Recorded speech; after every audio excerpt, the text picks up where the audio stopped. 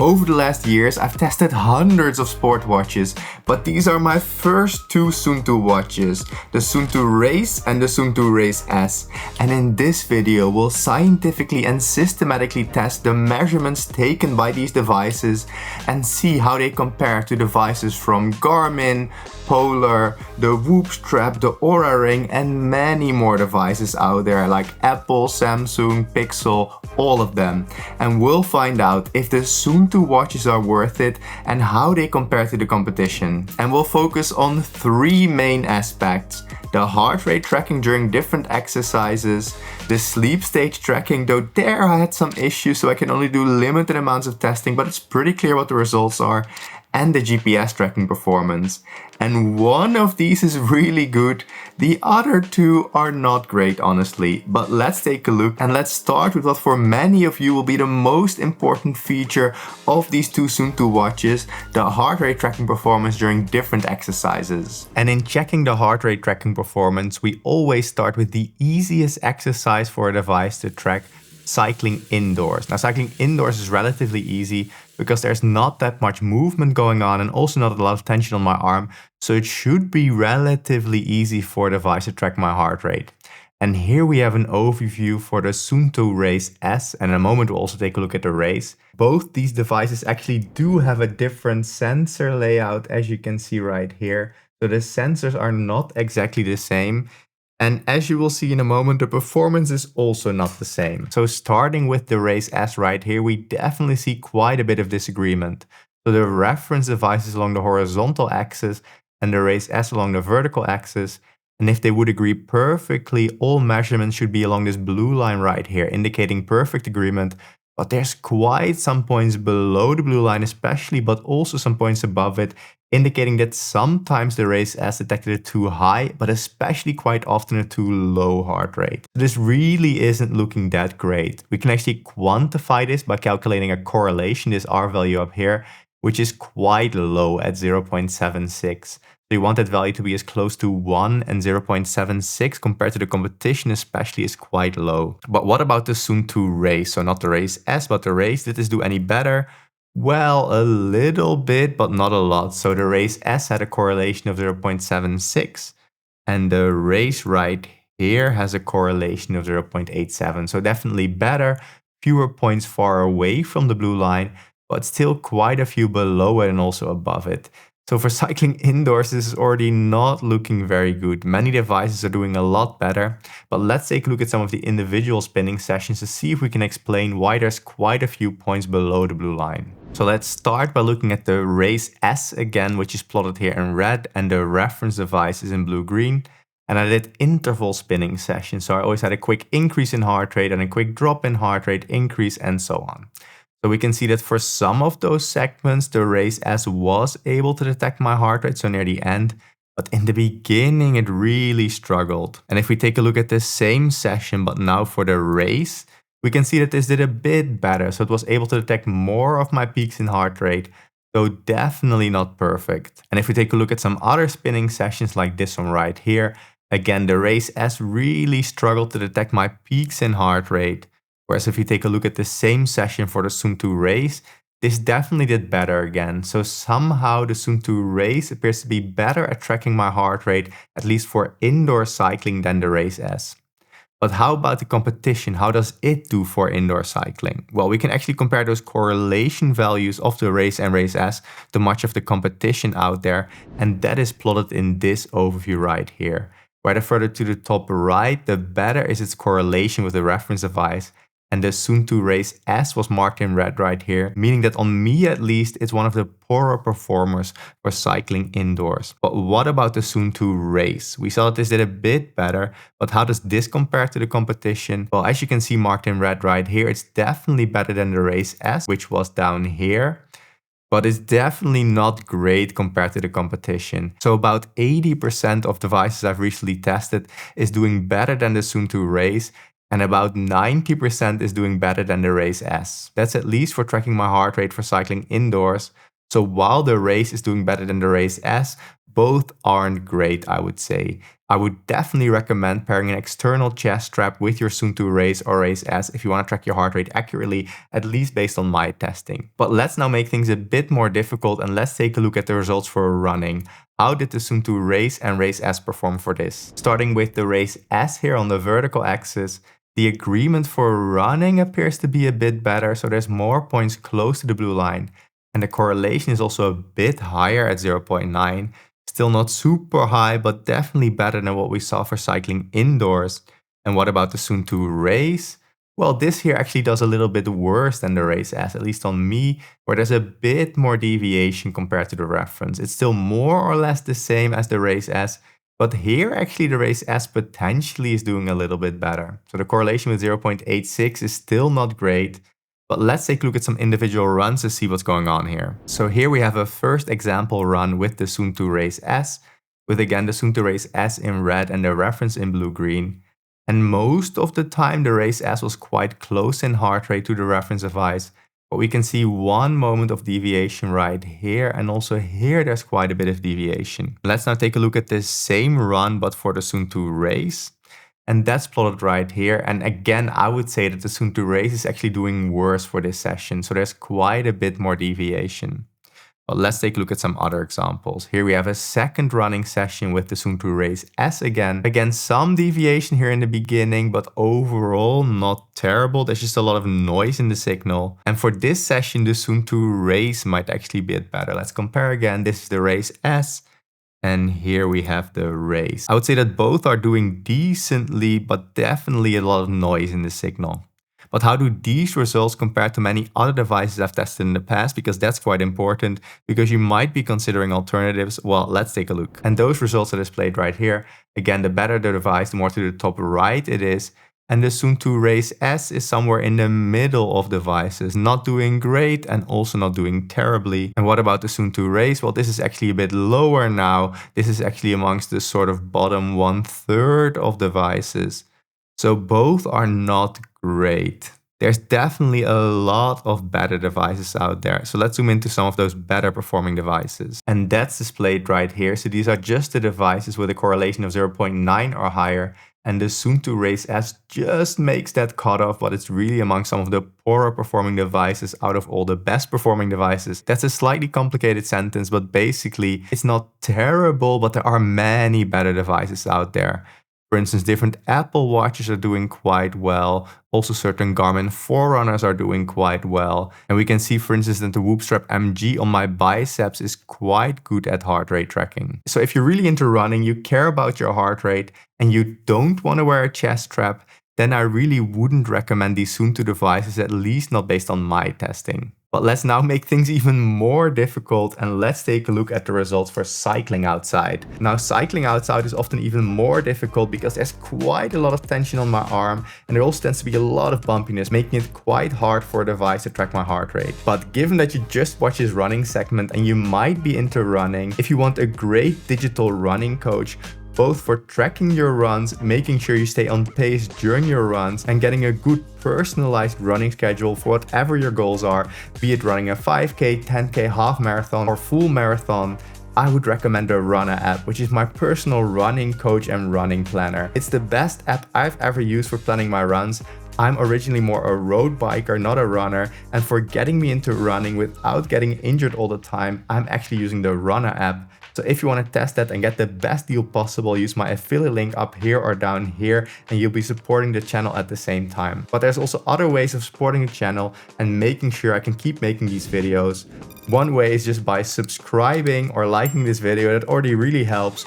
Or if you want to more directly support the channel, I have channel memberships, which is sort of like Patreon, and that gives you early access to some of my videos. And that's just a way of directly supporting me in making these videos, me being able to buy all these devices and doing that all next to my full-time job as a scientist. For instance, I also have to pay my editor Alex, who's an amazing editor. Say hi, Alex.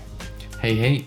He also has his own YouTube channel, check it out down here. But back to the testing, and let's take a look at the results for cycling outside. And here we have the results for the Suunto Race S for cycling outside, and this really doesn't look good.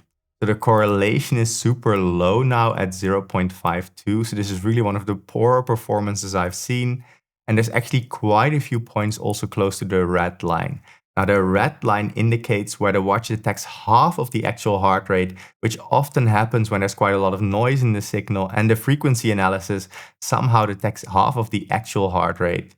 So this really doesn't look great, but what about the Suunto race? Is that any better? Well, not really. The Suunto race actually has a similar performance with a correlation of 0.5, and it's really not doing well. Most points are actually far away from the blue line instead of close to it.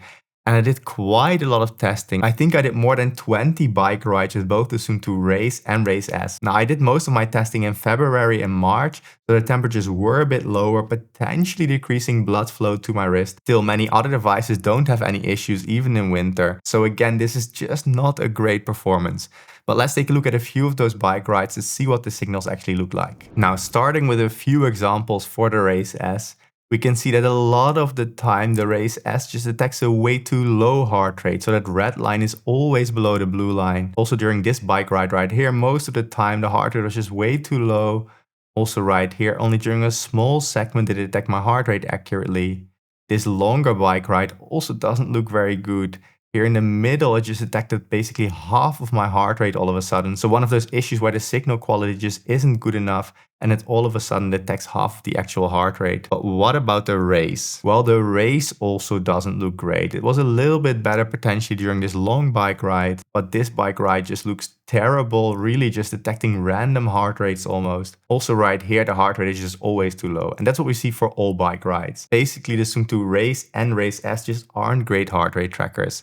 And this is especially clear when we compare it to the competition. And that's displayed in this overview right here, with the Suunto Race marked in red right here, and the Race S is super close right here. Both the Race and Race S are in the same territory as several smart rings, and smart rings are generally terrible at measuring heart rate, and a device like the Suunto Race S marked on the wrist should be a lot better at measuring heart rate, but it just isn't, at least not on me. I'm really curious if I also tested on my colleague Raphael if it will be any better.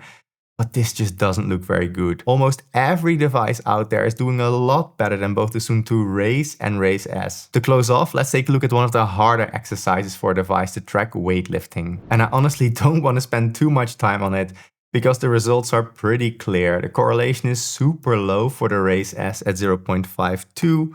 And if we take a look at the race, the results are not much better. The correlation is a tiny bit lower at 0.61, but basically all the time when my heart rate increases, so my heart rate is in the higher heart rate range right here, it detects a way too low heart rate.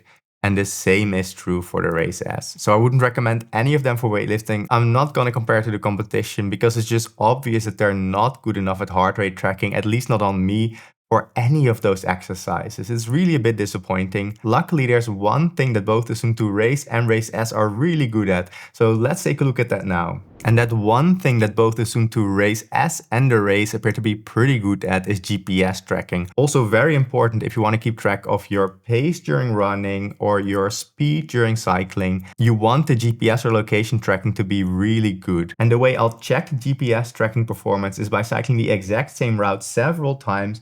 And then if the GPS tracking signals overlap very well, it's much more likely that the GPS tracking is very accurate.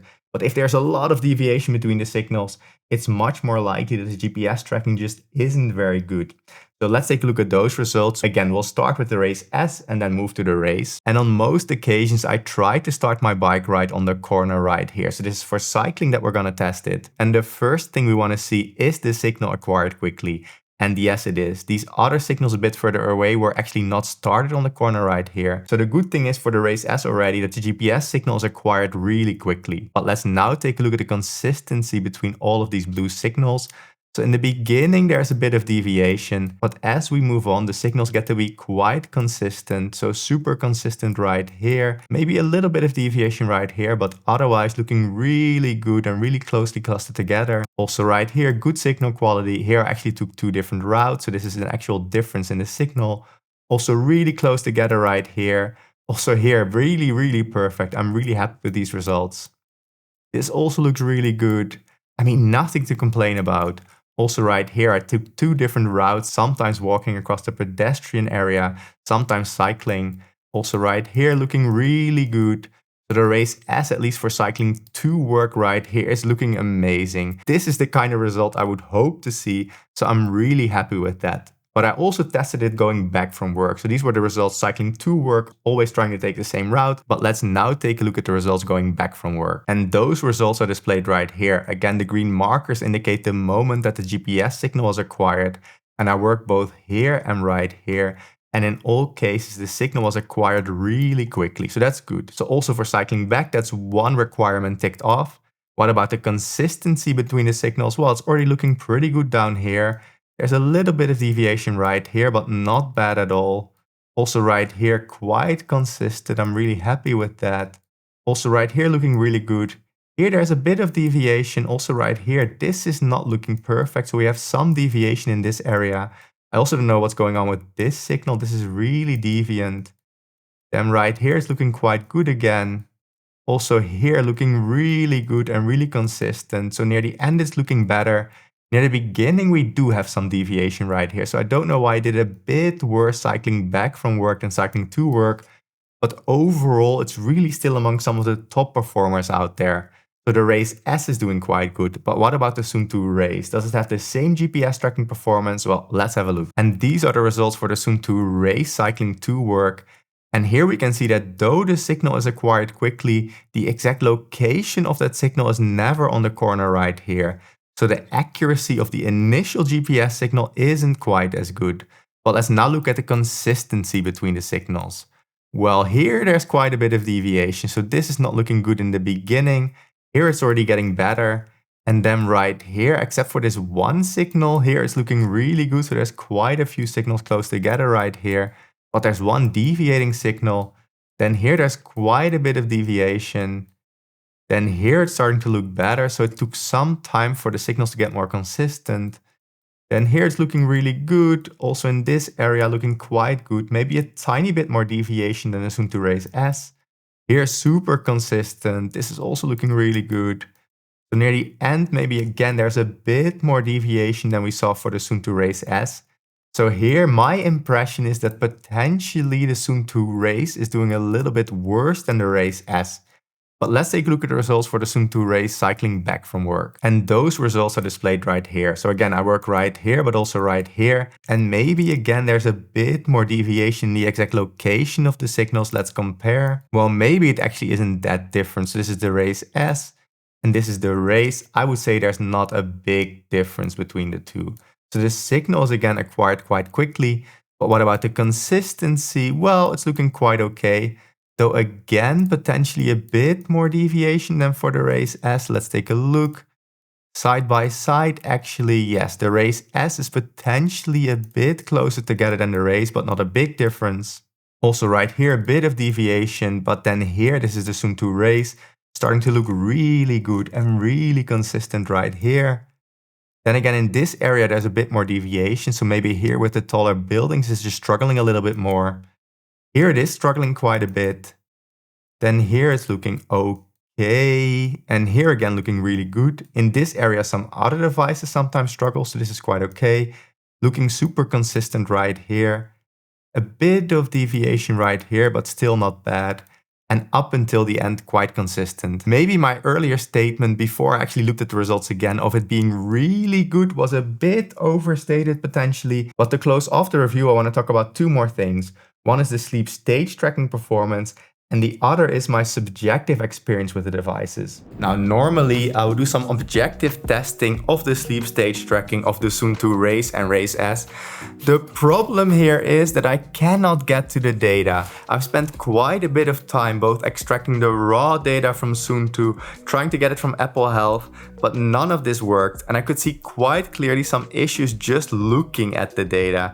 So I'm sorry I cannot do that detailed analysis. Maybe I'll figure out a way of getting to that data in the future, but I couldn't see the timestamps of each individual segment, so I also couldn't manually extract it. And based on what I can see just looking at the app and the sleep stage patterns, they just aren't very realistic normal sleep stage patterns. So sleep staging generally follows a very clear pattern. So you go through several sleep cycles, each one starting with light sleep and deep sleep and ending in REM sleep, and you have about 3 to 6 of these each night. And I also know for myself, based on over 90 nights I've collected connected with scientific polysomnography devices, so those devices have electrodes all over your head, what my general sleep stage patterns would look like. And I've also got hundreds of nights with different EEG devices, so I can just tell looking at patterns if they're really bad and they're not great for the Suunto watches. Let me show you what I mean based on a few examples from the Suunto app. Let's take this night right here, for instance. So the screen recording will be right here. So if we take a look at this night, it clearly doesn't follow any of my normal sleep patterns.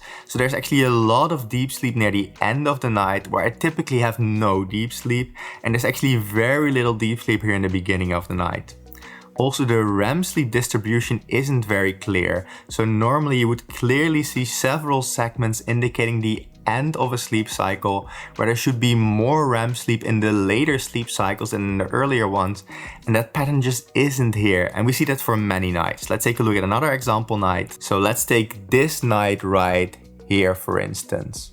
So also right here, we can see that for this night, again, there's a lot of deep sleep in the second half of the night where I should have very little deep sleep. And also most REM sleep should be at the end of the night, and it should clearly be indicating some sleep cycles. And that just isn't there. And this is basically what I see for all example nights I've looked at.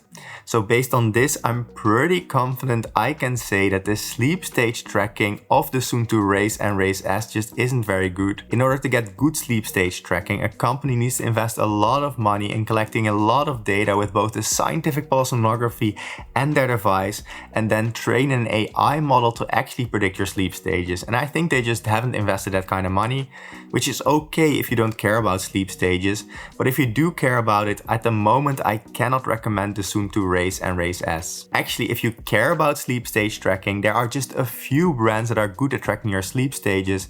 I've done a bunch of analysis on this and made an overview. I will put that overview right here on screen right now and quickly talk you through it. So the best 4 brands out there are Oura, H-Sleep, Sleep2 and Apple. These are the best sleep stage trackers, at least on me, and what I've seen so far in scientific literature, my testing tends to agree quite well in the general patterns with what they find in bigger studies.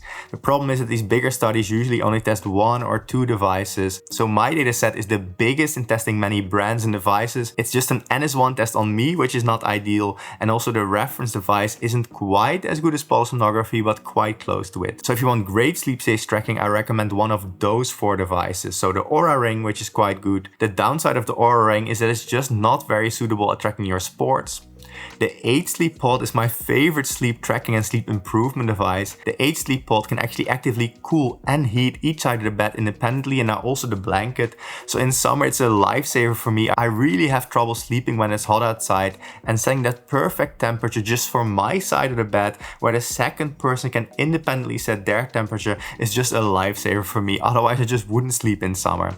So the H-Sleep Pod is also great at tracking your heart rate, your sleep stages, things like this without wearing anything on your body.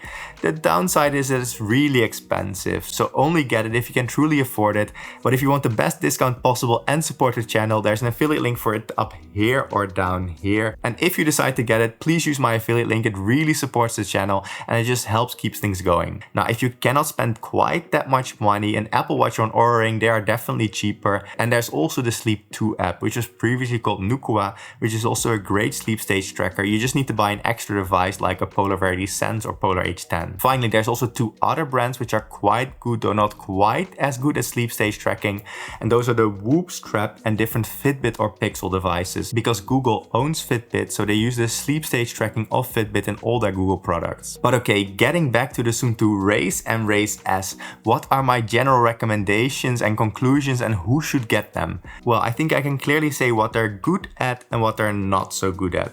So they're not so good at heart rate tracking on the wrist and sleep stage tracking. So if those things are important for you, I just wouldn't recommend them, at least not based on my testing. Of course, you can connect an external heart rate monitor, so a chest strap, to them, and then you will have no problem with your heart rate tracking during activities.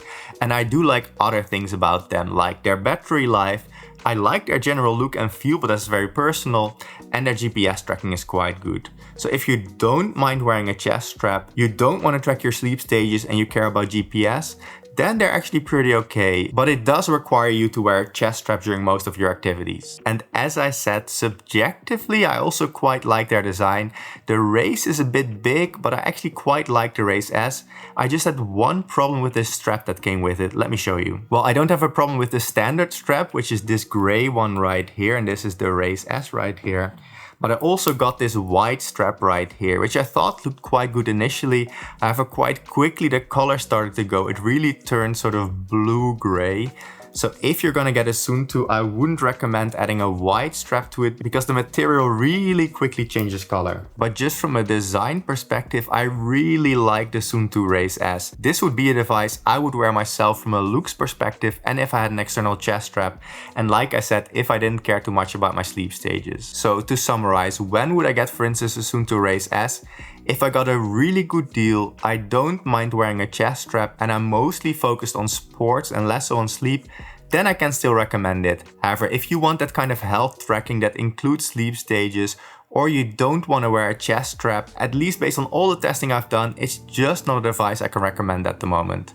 I hope that in a future generation they will have better sensors in their Suunto Race and Race S lineup, and given that the design and battery life is quite good, I hope that in the future I can actually recommend this device to everyone. I hope you liked this video. These were the first Suunto devices I ever tested, and I hope that they continue to share devices with me in the future. Now, if you do decide to get a Suunto Race S, a Garmin device, a Whoop strap, an Oura ring, an 8 sleep pod, another device, or anything at all on Amazon for that matter, even something as small as toilet paper, you want to support the channel and potentially save quite a bit of money, you can find different affiliate links in the description below and in a pinned comment. That would really help me support the channel because I buy quite a few devices. For instance, this Garmin Venue X1 was 800 euros, so really expensive. And I also bought a Forerunner 970 and a 570, so I tend to spend hundreds if not thousands of euros a month just on smartwatches. So your support would be really appreciated. Now, given that you watched this entire video on the Suunto Race and Race S, check out this video on new Garmin devices and this video on the best sleep stage trackers.